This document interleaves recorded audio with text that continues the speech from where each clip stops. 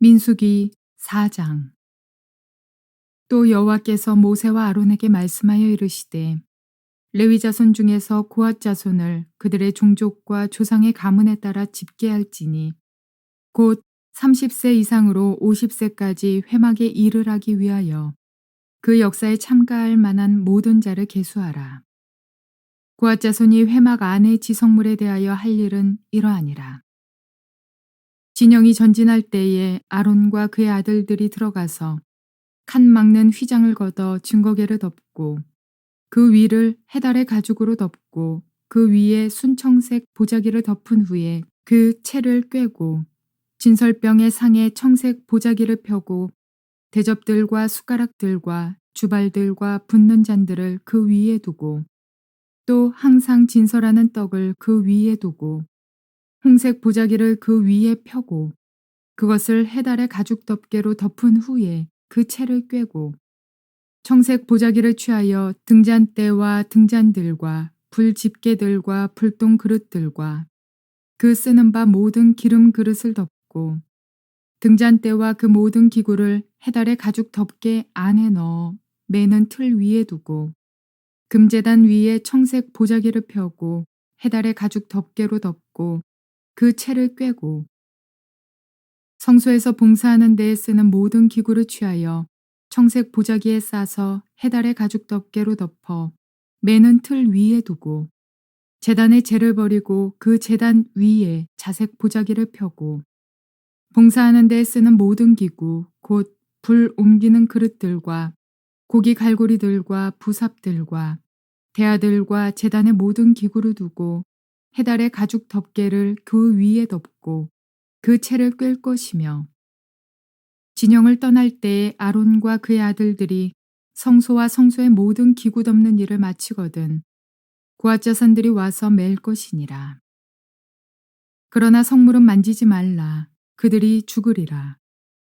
회막 물건 중에서 이것들은 고핫 자손이 맬 것이며 제사장 아론의 아들 엘르아살이 맡을 것은 등유와 태우는 향과 항상 드리는 소제물과 관유이며 또 장막 전체와 그 중에 있는 모든 것과 성소와 그 모든 기구니라. 여호와께서 또 모세와 아론에게 말씀하여 이르시되 너희는 고핫 자손의 지파를 레위인 중에서 끊어지게 하지 말지니 그들이 지성물에 접근할 때에 그들의 생명을 보존하고 죽지 않게 하기 위하여 이같이 하라. 아론과 그의 아들들이 들어가서 각 사람에게 그가 할 일과 그가 맬 것을 지휘하게 할지니라. 그들은 잠시라도 들어가서 성소를 보지 말라. 그들이 죽으리라. 여호와께서 또 모세에게 말씀하여 이르시되 게르손 자손도 그 조상의 가문과 종족에 따라 계수하되 30세 이상으로 50세까지 회막에서 복무하고 봉사할 모든 자를 계수하라. 게르손 종족의 할 일과 맬 것은 이러하니 곧 그들이 성막의 휘장들과 회막과 그 덮개와 그 위에 해달의 가죽 덮개와 회막 휘장 문을 매며 뜰의 휘장과 성막과 제단 사방에 있는 뜰의 휘장문과 그 줄들과 그것에 사용하는 모든 기구를 매며 이 모든 것을 이렇게 맡아 처리할 것이라. 게르손 자손은 그들의 모든 일, 곧 맬 것과 처리할 것을 아론과 그의 아들들의 명령대로 할 것이니 너희는 그들이 맬 짐을 그들에게 맡길 것이니라. 게르손 자손의 종족들이 회막에서 할 일은 이러하며 그들의 직무는 제사장 아론의 아들 이다말이 감독할지니라. 너는 무라리 자손도 그 조상의 가문과 종족에 따라 계수하되 30세부터 50세까지 회막에서 복무하고 봉사할 모든 자를 계수하라. 그들이 직무를 따라 회막에서 할 모든 일, 곧 그 맬 것은 이러하니 곧 장막의 널판들과 그 띠들과 그 기둥들과 그 받침들과 뜰 둘레의 기둥들과 그 받침들과 그 말뚝들과 그 줄들과 그 모든 기구들과 그것에 쓰는 모든 것이라. 너희는 그들이 맡아 맬 모든 기구의 품목을 지정하라. 이는 제사장 아론의 아들 이다말의 수하에 있을 무라리 자손의 종족들이 그 모든 직무대로 회막에서 행할 일이니라. 모세와 아론과 회중의 지도자들이 고앗 자손들을 그 종족과 조상의 가문에 따라 계수하니 30세부터 50세까지 회막에서 복무하고 봉사할 모든 자, 곧 그 종족대로 계수된 자가 2,750명이니 이는 모세와 아론이 여호와께서 모세에게 명령하신 대로 회막에서 종사하는 고앗 이내 모든 종족 중 계수된 자이니라.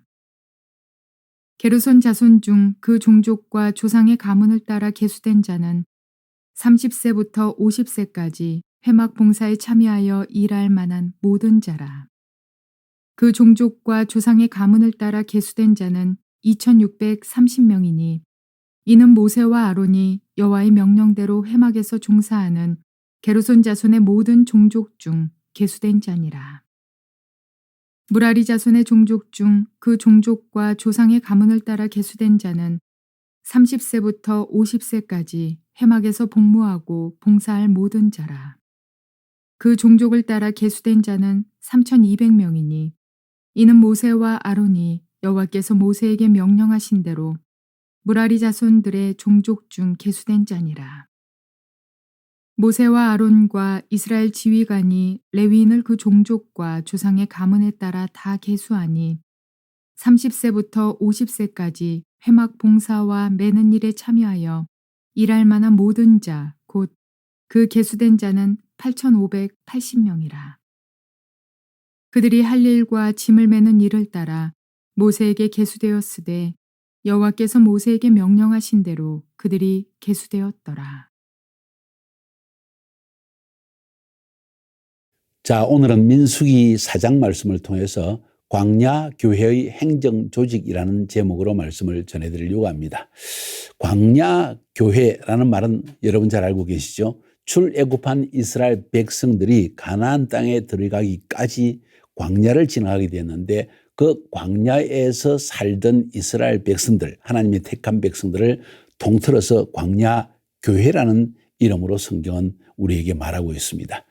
자, 이 광야 교회는 단순히 그냥 광야만 지나가는 것이 되는 것이 아니라, 다시 말해서 한 사람 한 사람이 광야를 통과하는 것이 아니라 하나의 공동체로서 지나가야 했습니다. 그래서 질서 있는 조직이 필요했던 것은 너무나 당연합니다.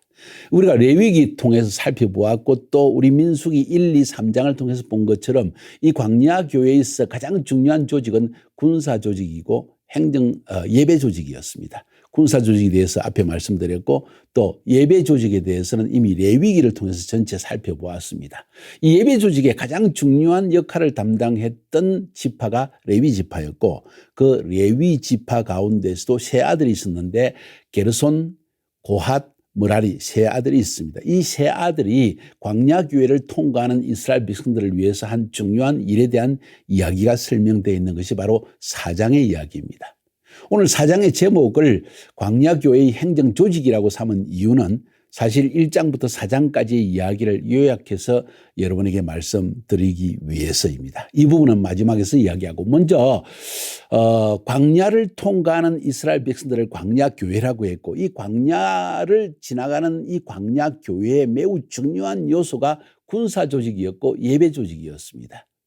자, 이 예배 조직에 가장 중요한 역할을 한 지파는 12지파 가운데서도 특별히 레위 지파라는 거 우리가 잘 알고 있죠.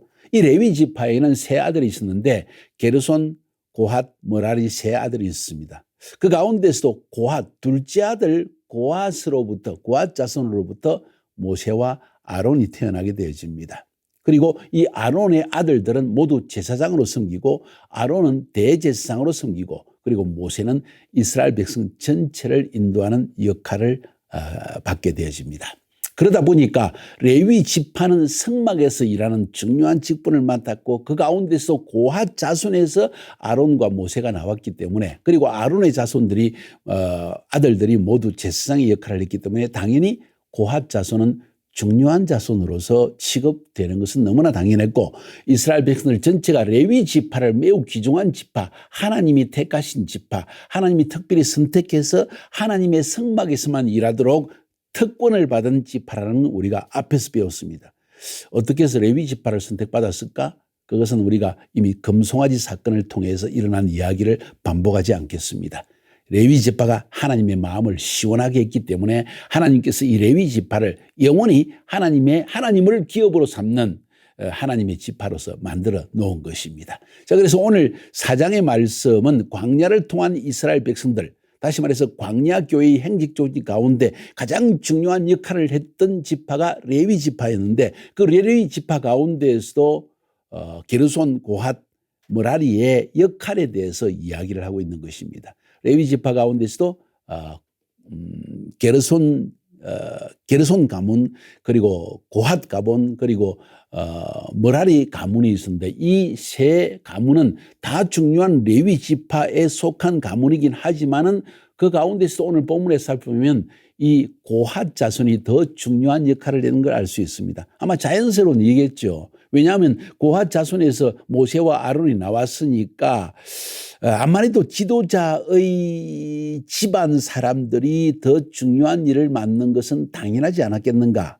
하는 한 가지 면을 생각해 볼 수 있고, 두 번째로는 아론과 그 아들들이 제사장의 역할을 하기 때문에 그들과 잘 연계해서 중요한 일을 감당해야 될 필요성이 있었기 때문에 고핫 자손이 또 이러한 일을 한 것이 아닌가 하는 생각을 하게 되어집니다. 자, 아무튼 사장 전체는 레위 자손들이 광야 교회 안에서 가졌던 중요한 임무를 설명하고 있습니다. 자, 광야 교회는 어떤 교회입니까?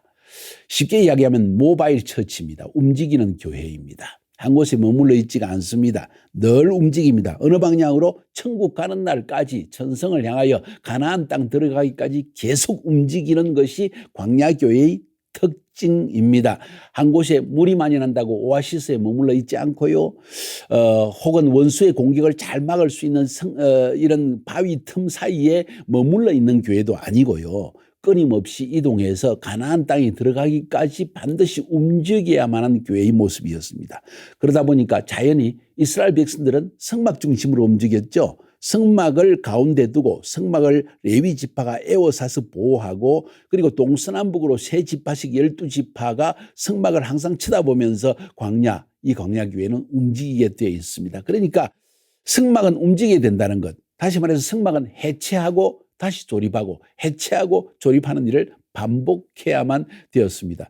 물론 한 지역에 한 달 혹은 1년 동안 머물러 있으면 일은 쉽습니다. 그냥 1년에 한 번만 혹은 한 달에 한 번만 해체하고 다시 조립하면 되니까요. 그런데 어떤 때는 하루 혹은 일주일 만에 다시 이 모든 성막을 해체하고 다시 또 그것을 조립하고, 이런 일을 반복해야 되는 중요한 일입니다. 여기는 아주 민첩하게 이 일에 아주 조직적으로 준비되어진 이러한 사람들이 아니면은 이 일이 쉽지 않은 일이지요. 그래서 하나님은 이 중요한 일, 성막 중심의 광야 교회의 삶에 있어 가장 중요한 성막의 해체와 조립의 사역을 바로 레위 지파에게 맡겼는데, 그 세 자손, 그러니까 게르손, 고핫, 그리고 므라리, 이 세 집안 사람들이 이 중요한 일을 세 가지로, 세 분류로 역할 분담을 해가지고 성막을 해체하고 조립하는 이 일을 감당했다 하는 것이 4장의 이야기입니다.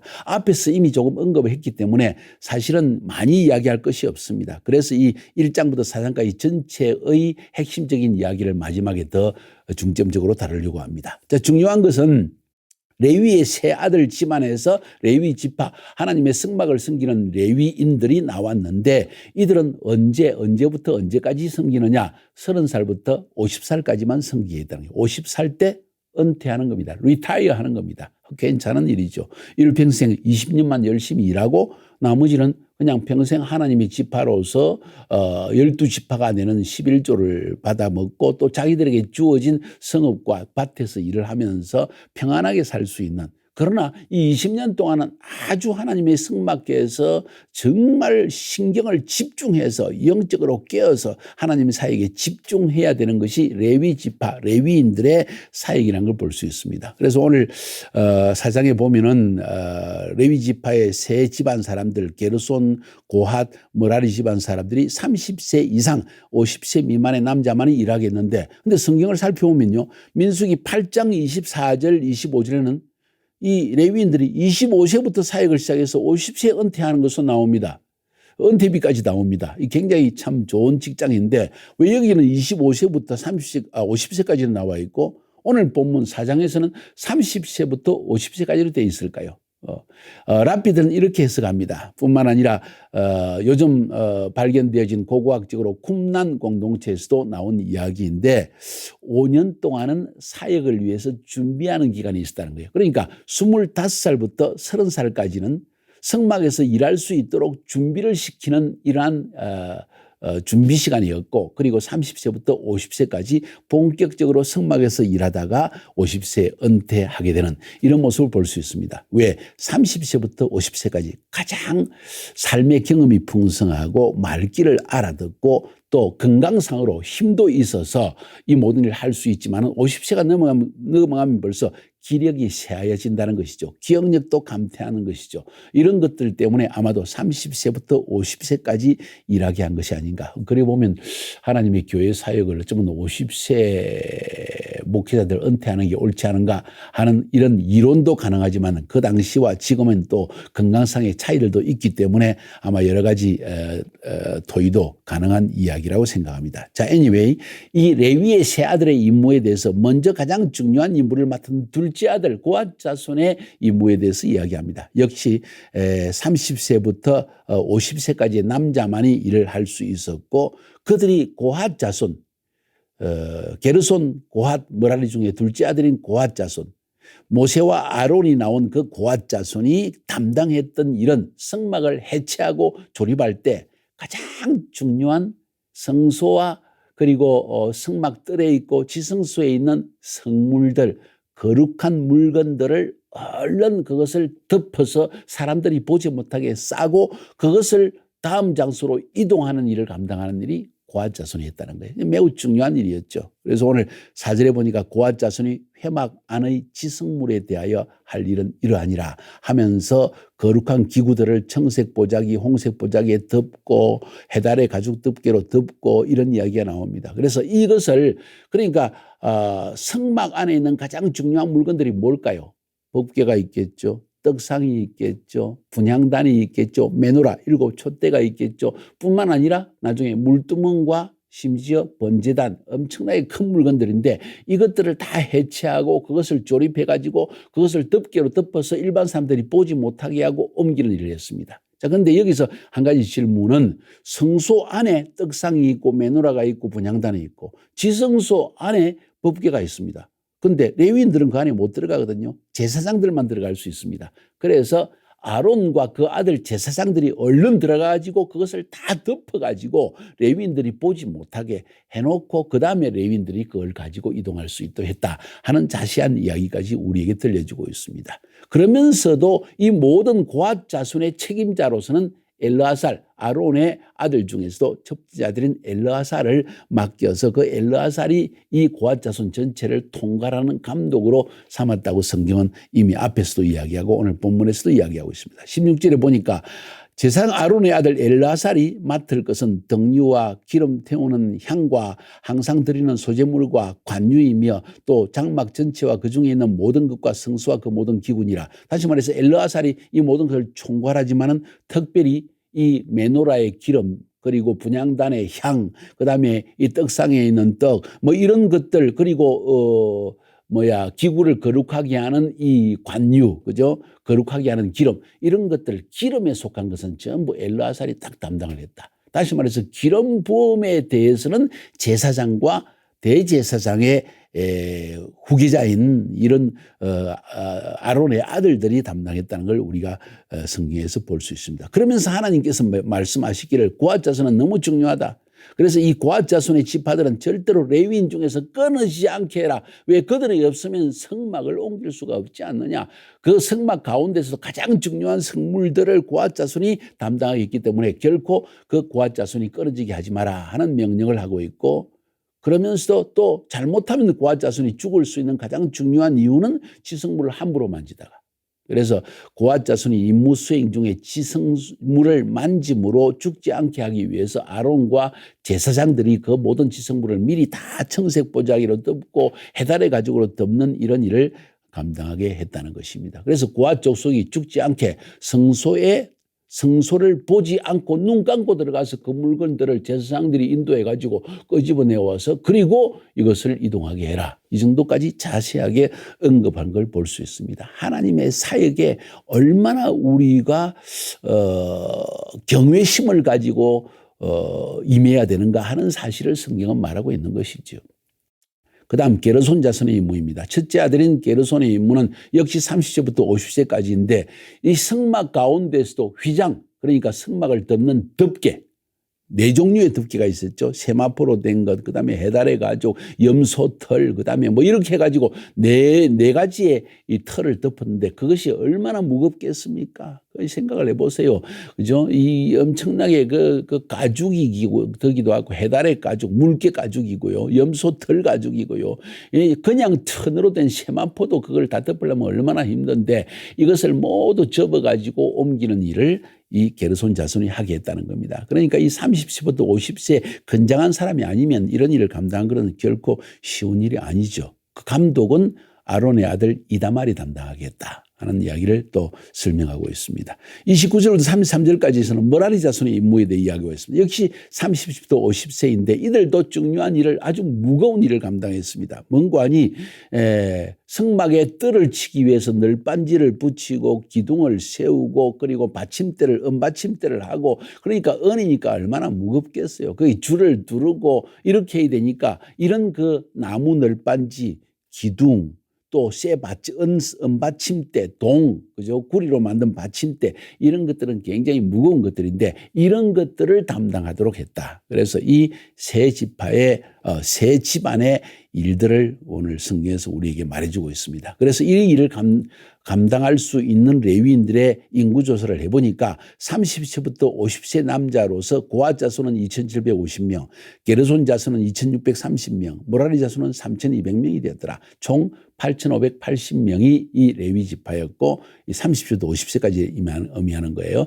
그들이 이 모든 성소를 해체하고 조립하는 일을 감당해야겠다 하는 이야기를 적고 있습니다. 레위 지파, 예배를 위해서 매우 중요한 지파였죠. 오늘날도 이런 레위인들이 계속 일어나서 하나님의 성막, 다시 말해서 예배와 기도를 관리하는 이러한 사람들이 특별히 구비를 되어져서 전적으로 풀타임으로 헌신하는 사람이 있어야 되지 않겠는가 하는 생각을 하게 되었습니다. 쉽게 얘기해서 오늘 이야기는 광야교회의 행정조직 가운데서도 예배조직에 대한 이야기를 말한 것이 아닌가 생각되어집니다. 물론 레위기 전체가 예배에 대한 이야기를 이미 말하고 있었고 우리는 그것을 배웠습니다. 그렇죠? 자, 오늘 그러면 이제 1장부터 4장까지의 요약을 한번 해봅시다. 광야교회가 광야를 무사히 통과하기 위해서 위험하고 배고프고 또 참 낮에는 엄청 더워서 햇빛이 쨍쨍 쬐고 밤에는 추워서 죽을 수 있는 이런 광야를 통과하기 위해서 어떤 행정조직이 필요할까요? 두 가지의 조직이 필요하다는 것입니다. 앞에서도 언급했겠죠. 첫 번째로는 군사조직이 필요하다는 것입니다. 광야에서 적과에 만나가지고 오합시절로 다 무너질 수 있지 않습니까? 정말 어린 양의 피로서 이 6월절 어린 양의 피로서 이 구원함을 받고 그리고 겨우 출애굽 430년간 종살이하던 애굽에서 해방된 이스라엘 백성들이 광야에서 죽으면 어떻게 되겠습니까? 그래서 이 광야에서 죽을 수밖에 없는 상황을 미리 대비하기 위해서 하나님은 그들로 하여금 인구조사를 하게 하는 거예요. 그것이 바로 민수기 1장 2장에 나와 있는 것입니다.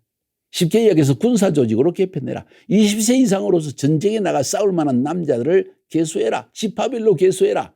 오늘날 교회에서도 마찬가지로 교회 안에서도 정말 옥토와 같이 하나님의 사역에 헌신되어진 하나님께 전적으로 헌신하기 원하는 사람들이 얼마나 되는지를 파악하는 것은 굉장히 중요한 이야기입니다. 여러분이 다니는 교회, 여러분의 셀 모임, 여러분의 교구 안에 하나님께 헌신되어져서 광야에서 어떤 원수의 영적인 공격을 받을지라도 이겨낼 수 있는 준비가 되어진 사람이 몇 명인지 여러분 한번 생각해 본 적이 있습니까? 이거 굉장히 중요한 이야기입니다. 이것이 바로 광야교회가 지녀야 될 조직이라는 거예요. 행정조직이라고 말할 수 있습니다. 첫 번째는 군사조직이다. 두 번째는 예배조직입니다. 예배조직은 성막 중심으로 광야에서 움직여야 했다는 것입니다. 영적 삶이 헛되어서는 안 된다는 것이죠. 그래서 아론 제사장을 부르고 그의 아들들을 제사장으로 세워가지고 아론을 대제사장으로 삼고 레위 지파들을 불러가지고 완전히 성막에만 집중하게 합니다. 종족별로, 그죠? 게르손, 고핫, 머라리 세 종족별로 나눠가지고 역할 분담을 분명히 해서 교회 안에서 자꾸 헷갈리게 뭐 이것저것 다 하게 하지 말고 이 사람은 예배, 이 사람은 기도, 이 사람은 또 행정조직, 다양한 이 부서별로서 이 예배에 실수가 없도록, 목적은 예배가 성공하게 하는 것입니다. 목적은 하나님의 기름 부음이 유지되게 하는 것입니다. 목적은 하나님의 임재가 있게 하는 것입니다. 그것이 제대로 되어질 때 광야 생활에 성공할 수 있다는 거예요. 광야는 위험한 곳입니다. 유혹이 많은 곳입니다. 영적 전쟁이 있는 곳입니다. 쉽게 우리는 낙담하에 넘어질 수도 있습니다. 애굽으로 돌아가자 할 수도 있습니다. 이스라엘 백성들 1세대가 그랬지 않았습니까? 그래서 다 죽지 않았습니까? 이런 일이 일어나지 않기 위해서는 우리가 예배에 성공해야 된다는 거예요. 우리는 광야와 같은 인생길을 살고 있는 겁니다. 주님 다시 오시는 그날까지, 우리가 영원한 가나안 땅과 같은 천국에 들어가기 전까지 우리는 광야에 살고 있는데, 여기에서 확고한 예배의 삶이 뿌리 내리지 않으면 우리는 여지없이 무너져 버리는 거예요. 그래서 이런 고핫 자손 가운데서 나온 아론 대제사장, 그리고 아론의 아들들 제사장들, 그리고 이 레위 지파 안에 있는 세 종족, 그러니까 게르손, 고핫, 머라리 이 세 가족들이 매우 중요한 역할을 감당했고, 그들은 다 분야별로 다 나누어져 가지고 이 행정 조직을 착착 감당해 나갔는데, 그 목적은 예배에 성공하게 하는 것이다. 영적 삶을 제대로 성공하기 위해서 이 일을 감당했다 하는 것을 말하고 있는 것입니다. 민수기 전체는 바로 광야 교회의 삶에 대한 이야기, 무엇을 준비해야 되는 것인가를 이야기하고 있는데, 특별히 1장부터 4장까지 해서 군사 조직과 예배 조직을 바로 갖추어라. 그래야만 광야 교회에서 우리는 살아남을 수가 있다. 그리고 넉넉히 가나안 땅, 영원한 천국에 들어감을 얻게 될 것이다. 이것을 성경은 가르치고 있습니다. 여러분의 삶에는 이러한 영적 조직이 갖춰져 있습니까? 여러분의 교회 안은 군사 조직과 같이 완전히 싸움에 나갈 만한 헌신된 하나님의 사역자가 몇 명이나 됩니까? 이걸 한번 살펴보는 것은 매우 중요하니, 그냥 예배만 드리자, 그냥 주일날 예배 드리고 그냥 예배 은혜만 받게 하자, 이게 아니라 그 예배에 참석하는 성도들 가운데서 12지파 가운데에서도 하나님께 헌신되어서 영적 전쟁에 임할 준비가 되어 있는 사람 몇 명이 되느냐, 여러분 이거 파악해야 되지 않겠습니까? 오늘날 교회가 형식화되어진 이유가 무엇입니까? 전통화되어진 이유가 무엇입니까? 그것은 바로 이 광야 교회 안에 있는 군사 조직과 예배 조직이 흐트러져 있기 때문이라는 거죠. 오늘 이것을 여러분에게 말씀드리고 있습니다. 그래서 광야 교회의 행정 조직의 중요성을 여러분에게 말씀드렸습니다. 승리하시기를 주의 이름으로 축복합니다.